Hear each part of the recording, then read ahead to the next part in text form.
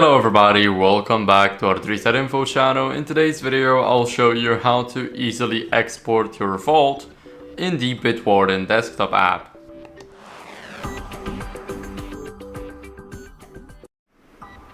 So we are in the desktop app right now, and if we want to export our vault, then what we need to do is we need to click on the file right here and then click on export vault. As you guys can see here, we can choose our file format. It is required to change that or to keep it at the default one, which is JSON. We can use the CSV, JSON, which is encrypted, and the zip with attachments. I always use the CSV and it's basically my preference, but it's all up to you guys. Now you just simply need to click on export the vault, enter your password from the Bitwarden, and click on enter.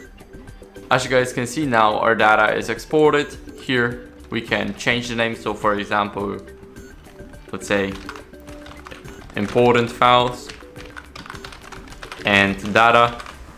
Now we can save it to desktop, downloads, documents, everything. Now let's click save. And as you guys can see now, whenever we go here and then go to documents, we will see our files being exported.